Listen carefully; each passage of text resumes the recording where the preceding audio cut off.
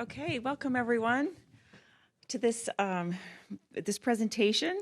My name's Holly Hamilton Bleakley. I'm the director of the Medieval and Renaissance Studies minor program, and I'm really excited today about our presentation. We have Professor Stacie Vos presenting to us on the medieval woman writer in modern England.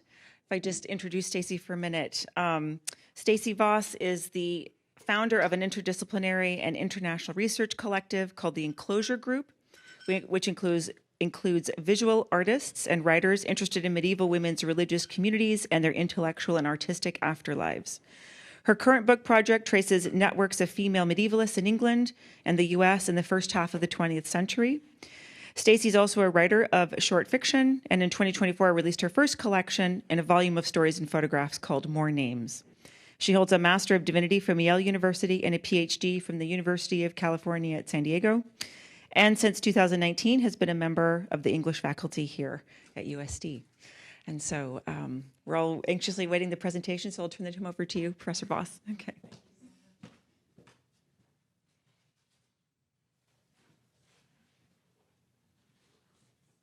Thank you so much, Holly, for having me and for introducing me. And thanks to everybody for coming today. Good to see you again. I have some former students cropping up. That's always nice. Okay, so this is the medieval woman writer in modern England. And I'm hoping to leave plenty of time for discussion. I forgot to ask you, Holly, what time do you usually end the whole thing so that I can... Usually it's an hour and a half. Okay, so we have technically till 5:30. I hope that's okay for people. So I hope to come back to this. I'm very curious to hear your reactions to this title. What does it mean to talk about a medieval writer in a modern time? Okay. So part one, the woman writer in manuscript and print. Even Virginia Woolf, whose Room of One's Own has long been held a classic in the creation of a feminist literary history, thought the medieval woman writer could only be conjured in one's imagination. Do I need the mic? Yep. Is it helpful? Okay. All right, you can hear me okay. In 1925, she wrote The Journal of Mistress Joan Martin, a story with dual narrators, one a late 19th century antiquarian who studies the history of land tenure, and the other a teenage girl who lived in the 15th century and wrote a diary that is later discovered by the first narrator, Rosamond Merridew. This brilliant story, discovered to me by a member of my PhD committee, provides the medieval modern structure I am now using in my own research. Woolf's story also helps to highlight the general lack of information on medieval women writers in her time. And something I just learned in preparation for today is that this letterhead here is for a particular publishing company firm called Hamill and Barker, which was started by two women antiquarians who worked out of Chicago, Frances Hamill and Margery Barker. And Frances Hamill I had already come across because of an article she wrote about what she calls unconventional women before 1800, which is sort of a title I want to steal for something that I do. It's sort of a good header for what I'm presenting today, actually. So this decision by Woolf to resort to fiction when she wrote the Diary of Joan, because she could not imagine coming across such a diary, is understandable. In fact, she was probably quite right to note that a diary written in the hand of a medieval woman by herself and about herself devoid of scripture or prayers, like the approved reading for women at the time, namely prayer books, or what we call books of hours. I don't really have time to get into those today, but those were the really conventional readings. Welcome. The conventional types of readings that women could do at the time, and they're very beautiful to look at. However, I'd like to think that a book that later came into our collective consciousness, what we now call the Book of Margery Kempe, would have satisfied Woolf's hunger for a first-person narrative from the Middle Ages by a woman. So why didn't Virginia Woolf, and I hope that especially the younger people here know of Woolf and know of her writing. I know my current students do, right?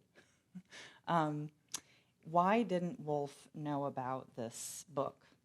The reason is that the full manuscript for the Book of Margery Kempe was not discovered until 1934, when a family in the countryside of England was playing table tennis. Supposedly, this is the actual story here. They were playing table tennis, and they lost a ball to a cupboard in which they went and found this old book. The book was then taken to the Victoria and Albert Museum, where Evelyn Underhill, the aunt of Hope Emily Allen and the core figure in my current book project, found that she could not make sense of the text. In came her niece Hope, who was an American abroad at the time and who had been diligently studying English mysticism and anchoritic literature such as the Ancra Novissa and the works of Richard Rolla. Having seen Winking to Words excerpts from the book, published in 1501, Allen identified the book and began editing it.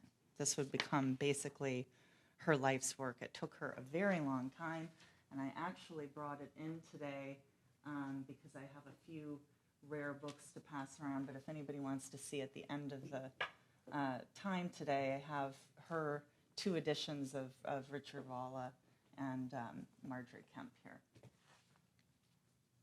The texts produced by women in the Middle Ages have obscure origins. Allegedly written by illiterate women, the few texts we have in English actively produce murky stories about their own creation. The fact that these texts are also devotional ones, co-authored by the Trinitarian God himself, only reinforces the degree to which the medieval female author is shrouded in mystery. In one of the images that the Humanities Center staff chose to use for promoting the talk today, which I actually learned about through them, we can see the divine inspiration of writing by women illustrated explicitly, with an angel hovering over Saint Bridget as she writes. Please have a look at this image with me. I think if you saw the flyer for today on Instagram, you'd see the inner portion of it with just the woman and the angel. But now you can see the whole frame. And I know we have at least one person who's looked at a lot of medieval manuscripts here, so this will look familiar. Notice that the writer is alone in a sanctuary, writing her revelations, which are depicted through the angel. The question of spiritual or ghostly versus earthly or real writing is played out as a drama on the medieval woman writer, who is asked to write even as she is told that she can neither read nor write. The Book of Margery Kempe brilliantly captures all of these insane tensions and makes them a part of a narrative that is collaboratively written between Margery Kempe and her 3 male scribes, or amanuenses, in a book that is written not in any order, but how it comes to her mind, as the preface tells us, and that is, according to the preface to the book, only written once God gives Margery permission to write. Without access to other channels for public recognition, women writers, whether from the 10th century or the 20th, often relied upon role models, creating a trans-historical network that reached back to the pages of the Bible and forward to manuscripts not yet discovered, as in the case of Woolf's fictional diary. Saint Bridget, pictured on this page from the British Library manuscript, was such a figure for Margery Kempe, who writes of her frequently throughout the book. Bridget, also called Birgitta, herself looks back to the Virgin Mary for inspiration as an author, and later she will come to influence the now canonical feminist philosopher, Julia Kristeva. Kristeva's writing on Birgitta is formatted to make visible the connections. I'm sorry, I think this is out of order.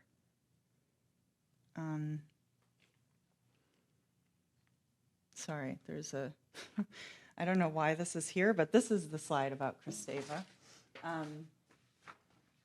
So Kristeva's writing here is formatted to make these connections visible. The theme of immaculate conception or unexplained motherhood becomes one that penetrates all of these texts, building a female network of asynchronous reinforcement and support for a shared historical experience and the process of writing a woman's life.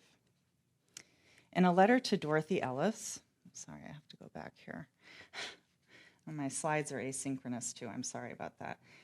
Dated October 23, 1941, Hope Emily Allen adds at the end of the main paragraph a line that takes on its own typographical and ontological space, saying, "Are you Emma, Christina, or Gunhilda? Joan must decide." This is a question she asks based on her theory that the Ancren Wissa was written to three sisters. She called them the daughters of Dorman.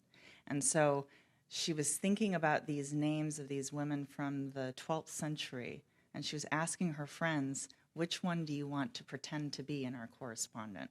Do you want to be Emma, Christina, or Gunhilda? And I think that's very fun, but it's also kind of it brings up the core question of my whole project right now, which I'm really looking forward to talking about with all of you, which is why did these women in the 20th century identify so strongly with medieval women in that way, that they even wanted to take on their names. So my book project, which I'm introducing to you all today, and I'm really grateful for your attention. It's on these pioneering medievalist women scholars from the early decades of the 20th century who rediscovered the woman writer in a context of great political and social change. The years I'm exploring most in my study are those of my own lifetime. I don't want to really say how old I am, but I might reveal.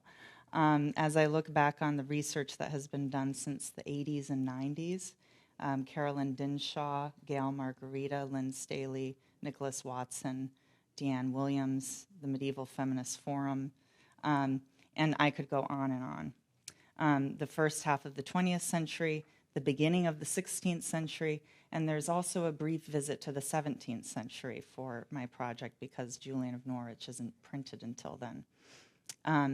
And then, of course, the Middle Ages, primarily the 11th century when Hroswitha became the first female playwright, and the 14th and 15th centuries when Chaucer wrote legends of historical women and the fictional tale of the wife of Bath.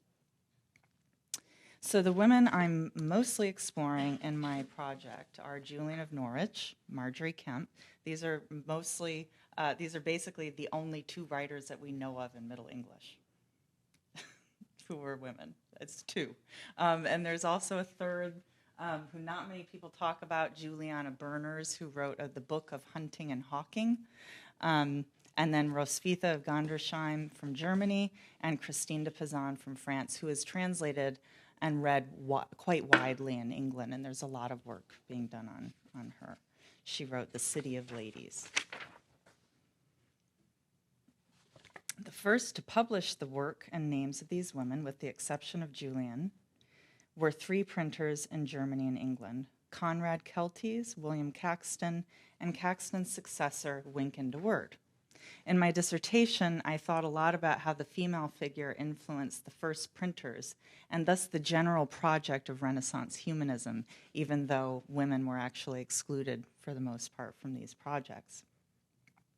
So here you can see the title for Hroswitha's opera, a collection of her plays, which was printed by Conrad Kelties. And then, hi, Luca.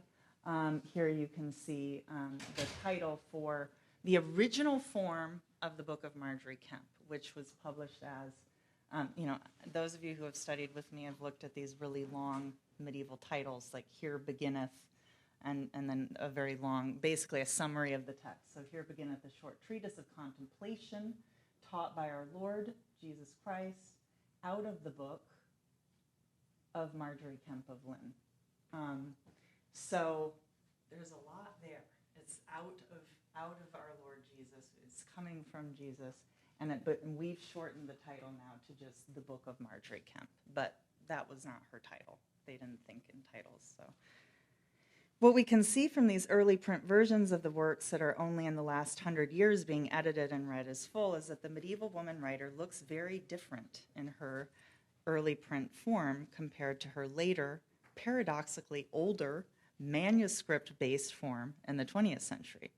That is, once scholars begin to translate, edit, and interpret the full text, a much more complex figure comes into the light. In the case of Margery Kempe, it is fascinating to me that her text emerges like one of the miracles it records, not just because it is found by a family playing ping pong, but also because she comes down to us at the same time that Freud is writing The Theory of Hysteria, which is actually a big part of her book. It starts page 1. She is having what we now call postpartum depression. It says she's out of her mind from having a child. And that's happening in this text right at the time that we're starting to get translations by Freud, which I believe was in 1909. It was first translated into English. The medieval female writer continues to be on trial in the 20th and 21st centuries. If not for her heretical literacy or deep knowledge of the Bible and its teachings and religious visions, then for her specifically female madness brought on by postpartum depression that foregrounds the entire text. This and a presumably sexual sin undergird the entire story of Margery, making it arguably a text that only a woman could compose, and yet a text that she cannot compose on her own. Larry's my intrepid photographer here. Thank you. I have, I think, one student here who's just read Margery Kempe, so maybe in the discussion you'll have some thoughts, Desiree.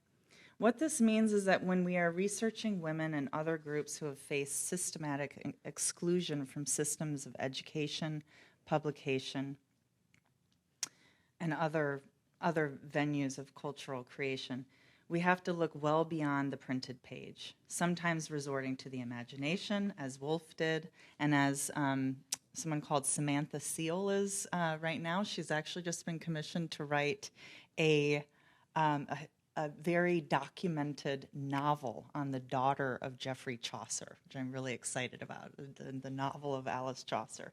And thankfully, we're also able to resort to the material record. This means that our understanding of the Middle Ages comes together through a strange transhistorical network that exists in the framework of what Carolyn Dinshaw has called queer time.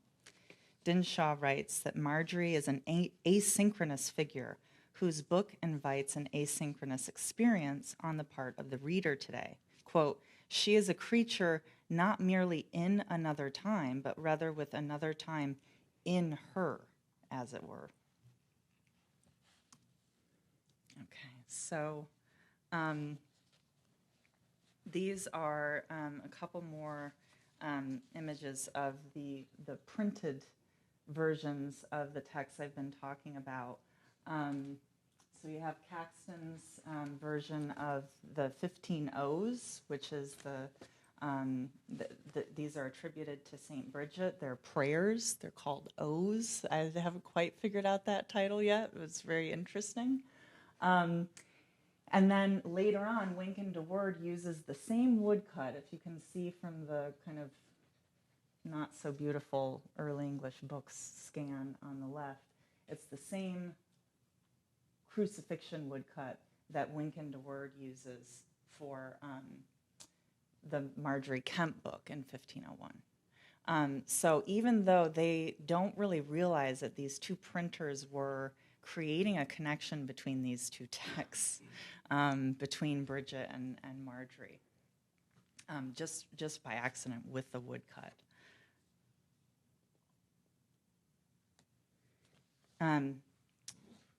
Dinshaw's chapter on Margery Kempe and How Soon Is Now highlights her own experience reading the letters of Hope Emily Allen, which I've now been to read and photograph quite extensively. And I also learned about these letters myself through another essay by an early modernist called Deanne Williams, and she wrote this really beautiful essay you can find online. It's called Hope Emily Allen Speaks with the Dead. It's a beautiful essay. So after reading that and reading Dinshaw, I began visiting the Bodleian Library in 2022. I'm slowly working my way through these, and I have them all digitized, but I also really like to photograph them on my own, sort of take different angles so you can I'm trying to recreate some kind of experience of actually receiving and reading these letters in person. And I think that what we can get from this process, as opposed to what our lovely students always say, like, I found the PDF. Well, what you don't get in a PDF is this beautiful, I just love this cluster of all these different, I love paper too, but I love how, they're different colors. They've clearly come from different machines, different homes, different hands, at different times.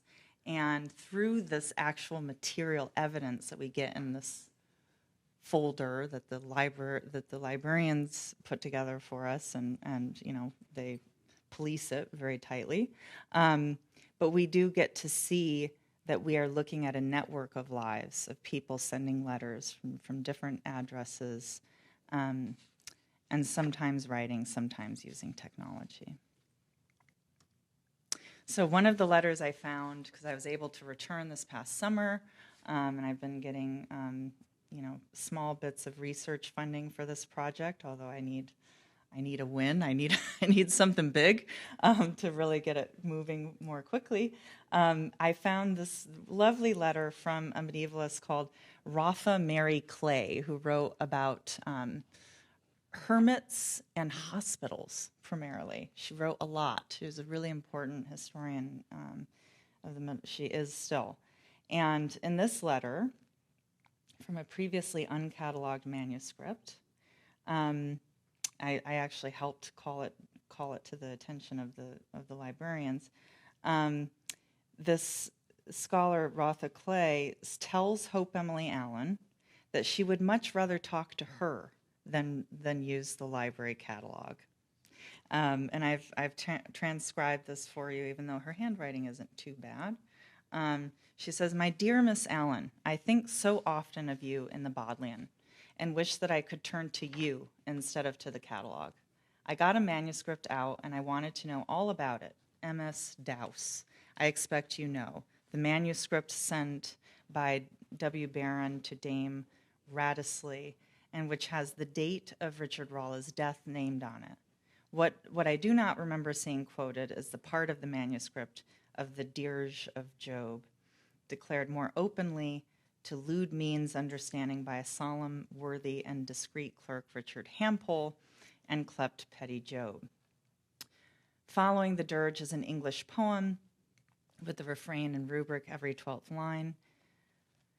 At the top is a picture of a man in brown dress, asleep, and a plucked bird accosting him, there being trees and birds all around, quote, by a forest side walking, as I went to sport to take in a morning.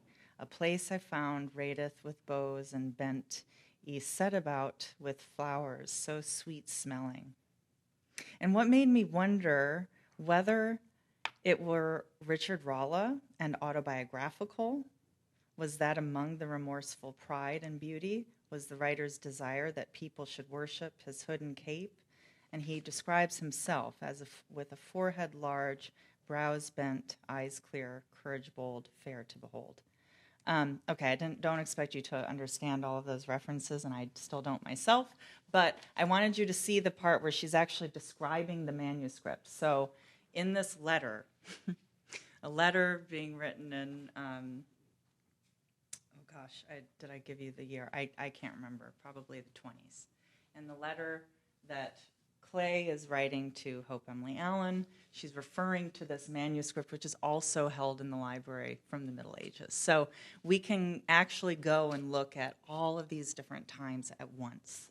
And you know, that's what I was able to do. So I was able to pull up this, 100-year-old letter that's describing this manuscript and kind of compare that description to a library catalog description. So I guess what Clay is asking Hope Emily Allen here is this Richard Rolla? And did he...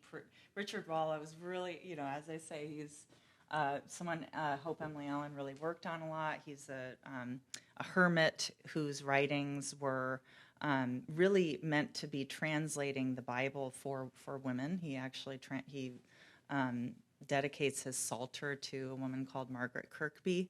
So he was very much a friend of women, and allegedly he wore his sister's habit. Have you heard this? He wore his sister's habit. He is someone who they were all very interested in, and I like that she's trying to figure out if he inserted his own image into his text.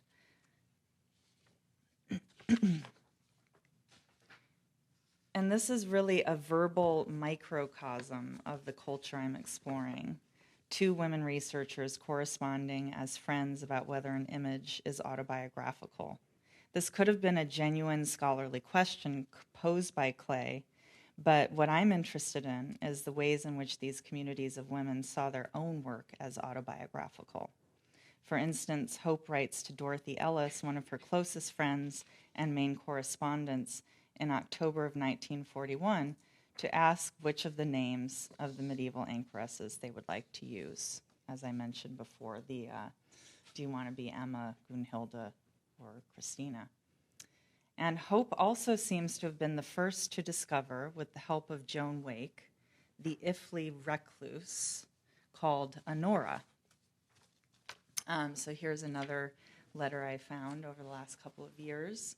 There is, outside of Oxford, a little town. I don't know if anybody's spent time there, but there's a town called Iffley that you can walk to from Oxford. Yes, you know it. Yes. So there's kind of a local celebrity from the Middle Ages, and she was a recluse called Honora. You can see her name here, Honora de Bruges. I think they still maybe do a celebration for her every year. I went to the little village store and they had a little booklet about her. But it appears that Hope had already discovered her before anyone had written about her. But we wouldn't know that because it just happened between these letters.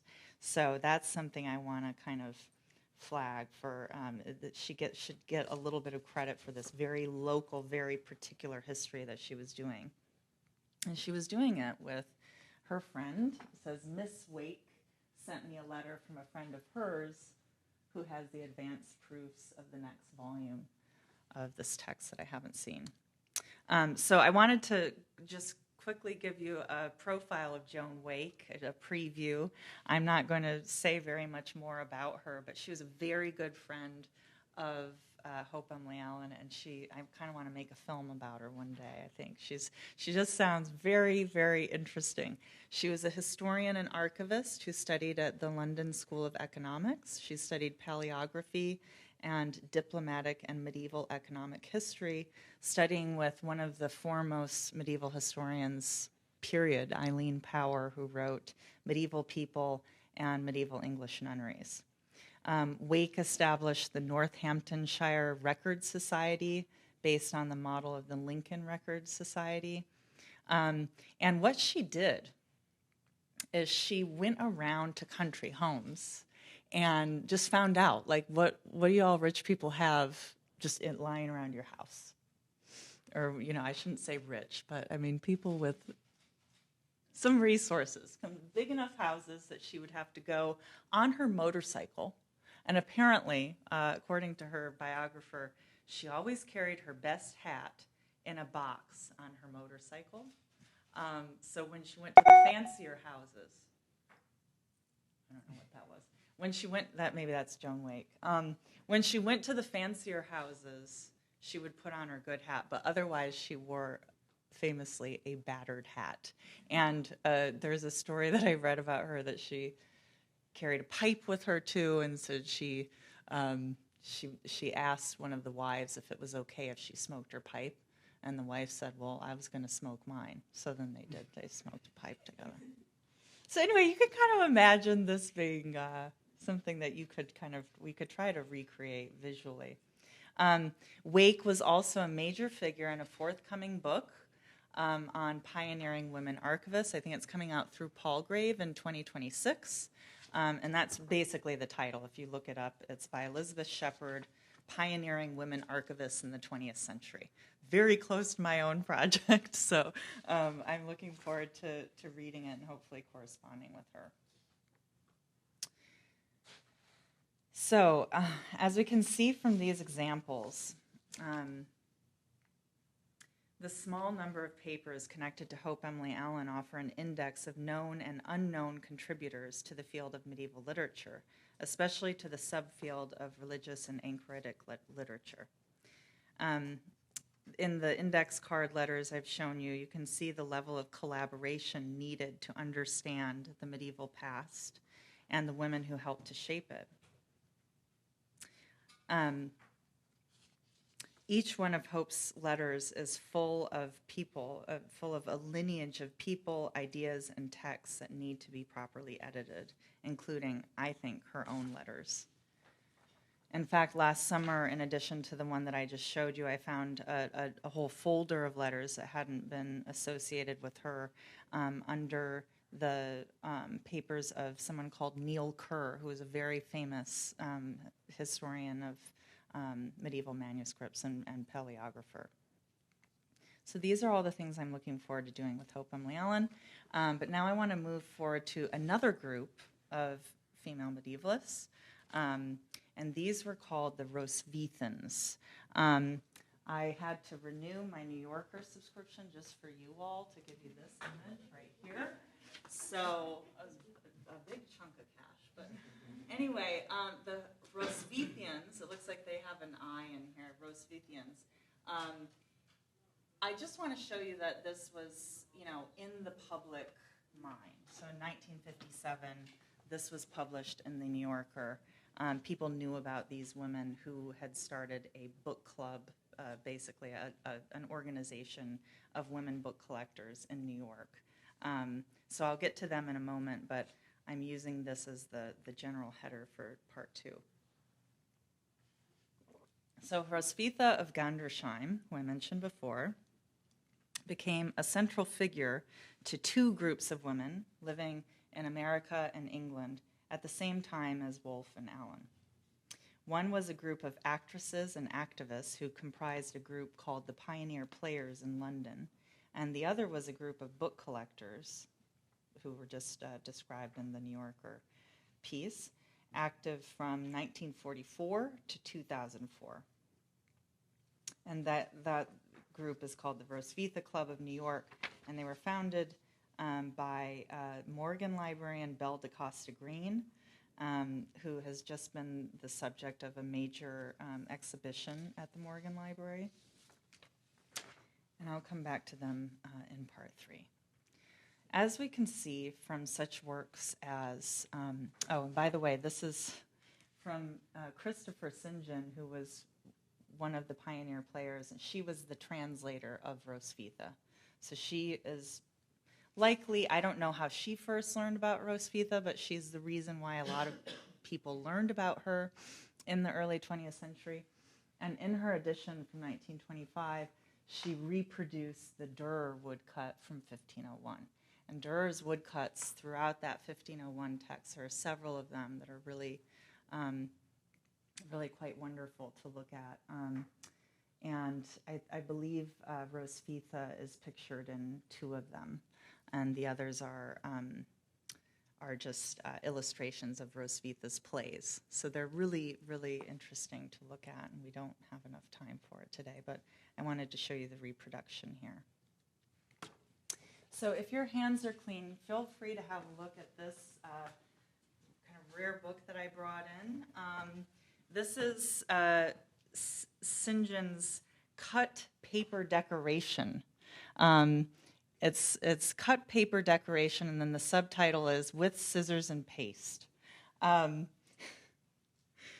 We can see from this very odd little book that these actresses and activists were part of a thriving culture of do-it-at-home artists, making the domestic space the center of all activity. St. John and her collaborators enacted feminist politics that prioritized the lives of women and the importance of the amateur across social and cultural spheres. This is a really fun little book. She talks about Vita Sackville-West, who is a really famous figure of the time. She was the woman Virginia Woolf was in love with, even though she was a married woman. That's how all of these relationships were, by the way. It's very unconventional.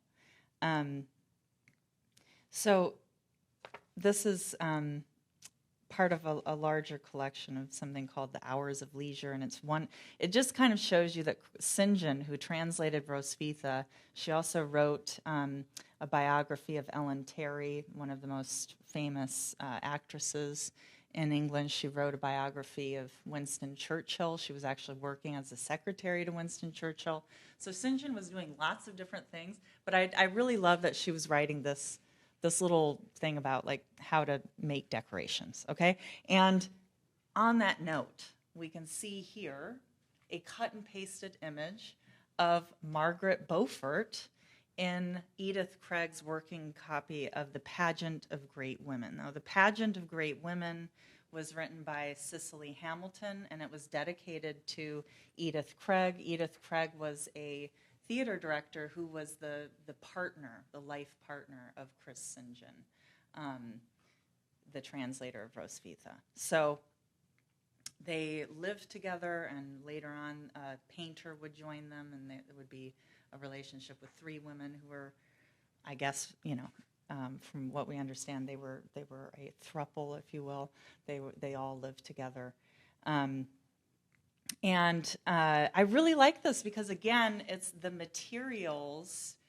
The materials are medieval and modern here. It's an image of Margaret Beaufort, who was the main patron to William Caxton, right? So that was in some ways the main role that women played in creating and contributing to English literature, is that they would ask that a text be made. That's a pretty important role. So Edith has included her here in this. What they're doing is they're creating a long history of great women, they're calling them. And they made a play out of it. Here's more of her research in this prompt book that I got to see. I had to travel on a bus all the way out to Kent. And thankfully, I had a friend come with me to do this. But I was able to see some of these things there in their archive. It's basically just a cabinet where they have all of these books that have not really been edited or fully processed yet. But it's quite amazing to see the process behind the plays that they produced. This is Chris St. John in one of her costumes, because she was also an actress, and this is her playing a, I believe, 17th century female soldier called Hannah Snell. And this is part of the Pageant of Great Women. So the Pageant of Great Women also then ends up being printed with these photographs. So we have, the photograph is done by someone called Miss Leon. I don't know who that is, but it's yet another possible avenue here. So, if we're trying to find these unsung women writers, we can also look for women photographers, who were part of this process. And every single page is like this. It's got, the signatures of the actresses. I found this at the British Library 2 years ago, and it was just in their normal collections. It was not even in the special collections, even though the actresses had signed it. So I wrote to them and asked if they could take better care of it. I don't know if they ended up moving it or not. Yeah, it is kind of, So this, the place where this archive is now, some of it is at the British Library, and because Ellen Terry is so famous. If you look her up, you'll see she's really, she did lectures on Shakespeare. I believe she wore her costumes. They were called recitals, and St. John also edited those lectures. So Ellen Terry is quite famous in England. I don't think she's very recognizable here, but her archive is at the British Library, and then it's also in this place in Kent called Small Hythe. And this is a place where apparently Virginia Woolf used to reluctantly sometimes go. She didn't really like hanging out with these groups of women. Oddly enough, you wouldn't think that she was like that, but she didn't like being part of the group.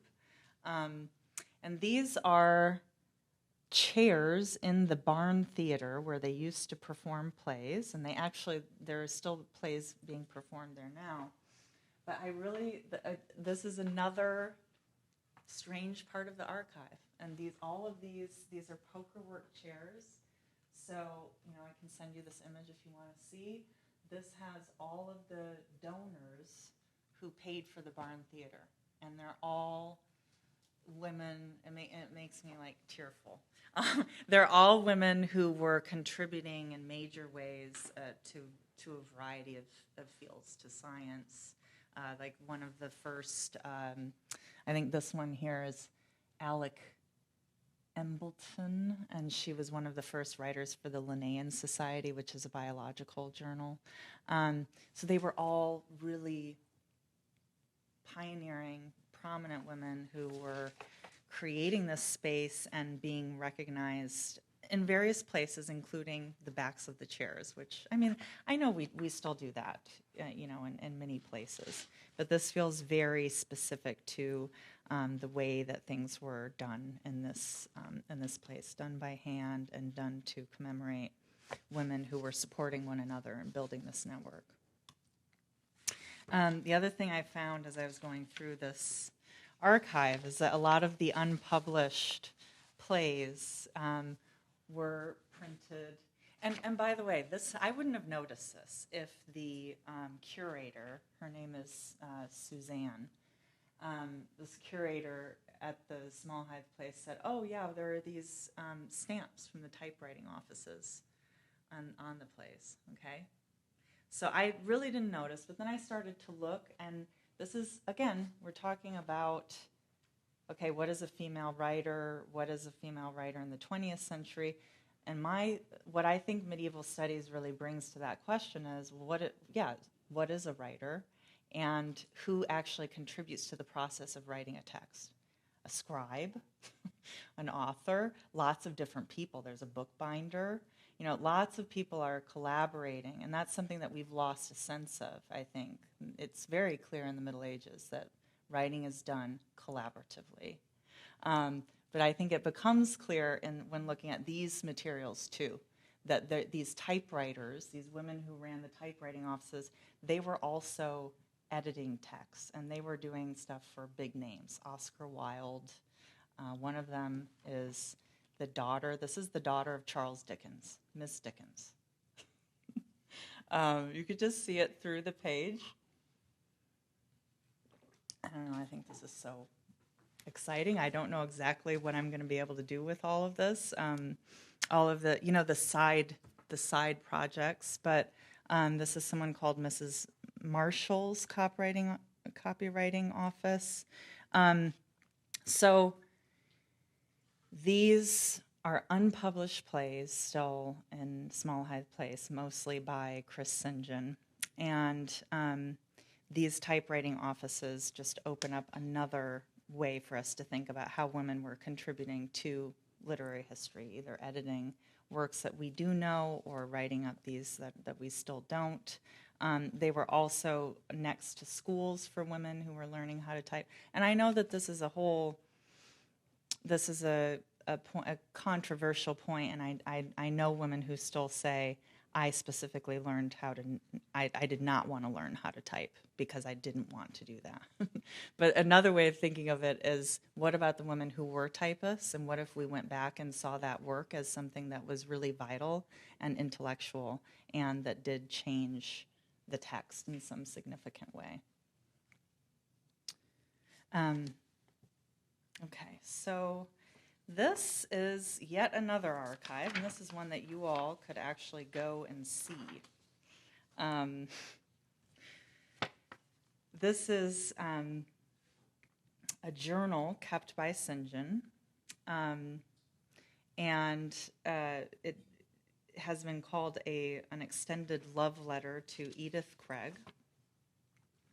In it, she writes, you might even be able to read this here, but I'll transcribe it.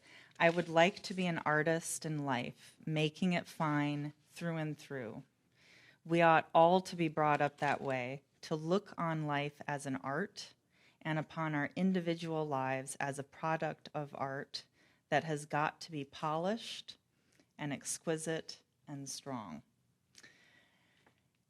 These are very glorious, abstract words here. But I think that this approach to an aesthetically integrated life in which thought and space are beautifully and mutually arranged, it was represented for St. John in the Catholic tradition and in Hroswitha, actually. So that's part of the reason that she was drawn to her. This is something that we can really see these women were doing. They were making their life and their art really work together, really mutually inform the two. So now we're going to move to New York, the Hroswitha Club, which was established in 1944, and it's now held, their archive is now held by the Grolier Club, because it needs a physical space. And I can tell you I'm going to be there as a research fellow this summer, which I already shared with you, Luca. But I'm going back to look at these because when I went, there's 22 boxes for this archive, and it just kind of, it really stressed me out because I couldn't get through it in 3 days the 3 that I had there. So what is the archive made up of? It has a lot of meeting minutes. They're incredibly thorough, and there are multiple copies of them, too, because I think they would send them around to the members of the group. And one of the things that they worked on was a bibliography that included a biography of Hroswitha and all of the performances of her plays. Unlike the other 2 archives that I've talked about today, this one was kept very diligently by women who saw themselves as participants in book arts. They were a group of small women with ties to wealth and institutional power, and they embraced their outsider status rather than attempting to join male bibliographic societies. So this group is a little bit different, and in a way, they don't get to my heartstrings as much because they did have more resources, they did have husbands, and the women in England, I think, were doing something a bit more. They were doing, in some ways, things that were explicitly political, because the pioneer players were producing suffrage plays. I forgot to mention that. They were actually taking part in political reform. But they really were having to help one another without any resources. This group, the Hroswithans, I have to say they're a little on the fancy side, okay? They would kind of go and have lunch at Princeton and have the librarian bring out some nice books for them to talk about. But it's all significant, I think. I just want to point out this is a very different setup here.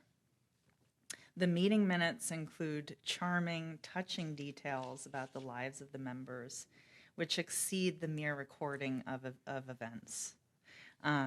Here's a tiny sample of them. You can see that they have people who knew about them. Like I say, they were highlighted in the New Yorker.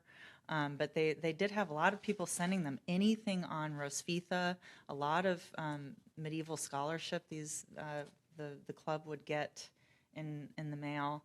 And it says here, a young girl at Columbia University wrote to me last summer asking about membership in the Hroswitha Club. There does seem to be a revival of interest on Hroswitha at present. So that's a very cheering note. But some of these are also sort of saying, like, well, what did you think about that woman at the lunch? Should we let her into the club or not? Like, it was a very exclusive little scene. I really like this page. The other thing that, again, with this archive, they don't have poker work chairs, but they do have a lot of different types of materials that I'll be able to go through. And if you ever want to go, you'll be able to see this. So some of the minutes were kept in these leather binders. And here's one, has one of my favorite little notes about why somebody couldn't come to the meeting. It says, Francis Hooper is dog sitting. So I still have to see who Francis Hooper is. And I actually think I have a lead. I think she was connected to the Hamill and Barker women who I mentioned at the beginning of the talk. But I mean, this is just really, I just feel like the girl with the dragon tattoo. I'm trying to connect all of these different random people, and it will eventually come together. In all of the archives I've begun to share with you today, strong bonds of friendship and sometimes romantic companionship underlie the creative and intellectual work, thank you, these women produced, which suggests that one of the key applications of medieval literature in the modern era is the development of communities. And here is another page from the UCLA Special Collections. In addition to the Golden Book, I was able to find the guest book of Edith Craig, and I've actually started to keep one of these in my home for when I have gatherings. I try to make my friends sign in.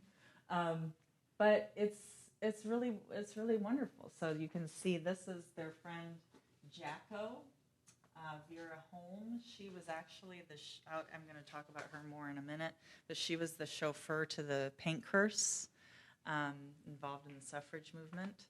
And a few other of their friends have signed this and just said something about what they did for the evening.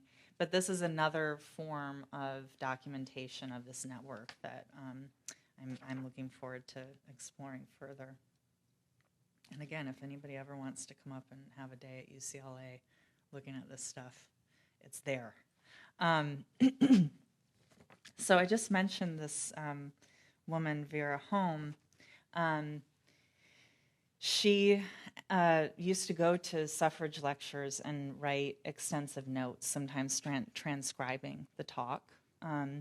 And in one of her notebooks, she lists out, I don't know if this was her original writing or if she was writing this down after attending a talk.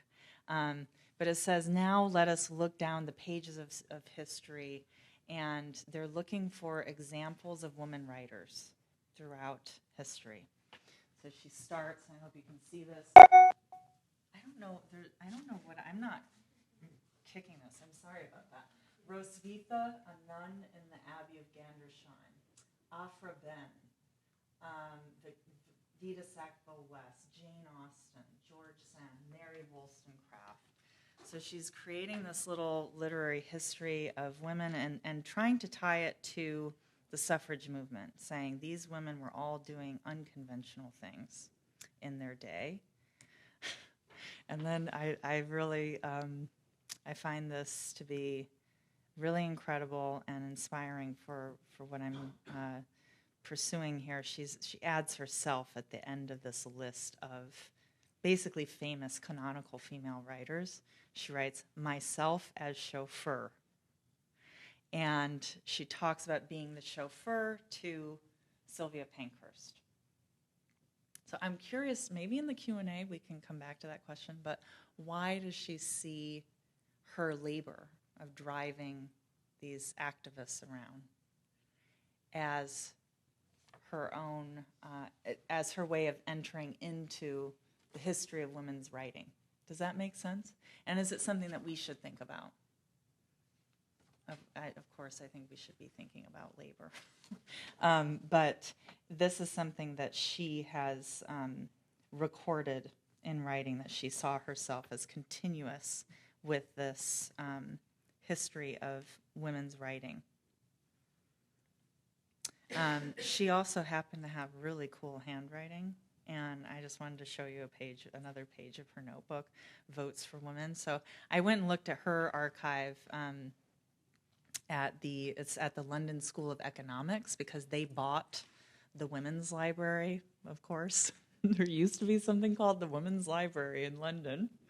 Sounds really great. Now it's just in this very ugly big building where the London School of Economics is, and they've tried to put a reproduction of a quilt on a poster. It's like, no, you kind of need the real quilt, to really get the vibe, But anyway, it's there. But despite my negativity on that score, I will say that when you go to this archive, you can see things that you wouldn't expect to see when you're trying to do research on a group of women writers. Like, for instance, you do get to actually look at Vera Holmes' driver's license. Is that kind of life documentation that you can see. Lots of pictures of women in the countryside with horses too, if you're into that. Okay. I don't know why my slides are beeping. Sorry about that. Jacko's vision of herself as a facilitator of women's intellectual history, being the one who drove important women around, for instance, is a striking addition to the kinds of contributions we seem to still struggle to acknowledge, even within the context of the materiality of the book. Some of my own friendships grow out of the research that I do on medieval women writers, and I would like to close for today with an image of a new comic book by my friend Esther McManus, whose work explores the very temporal imprecision I have described throughout my talk today. Here, McManus renders the experience of reading Hope Emily Allen's papers in the Bodleian Library, with access to Apple products and book cradles at once, to typewritten letters from the 1920s, to emails from an hour ago. Is that my mail coming through? Maybe. You've got mail. You've got mail. Yeah, so this is just one of many, and I'd be very happy to share more of her work with you all. But this, let me see if I've given you, I only have the one here. She has recreated the medieval scribe's hand from the book of Margery Kempe. This is a line from the book. This book is not written in order. And then she has quotations from modern research that she's doing. She's redone this spine to the book of Margery Kempe here, which was edited by Nietzsche and Allen. So I think this is the image that I want to end on here, and just say that I'd like to open it up to questions and any reactions, not just questions, but discussion on this topic of finding the medieval woman writer in modern times.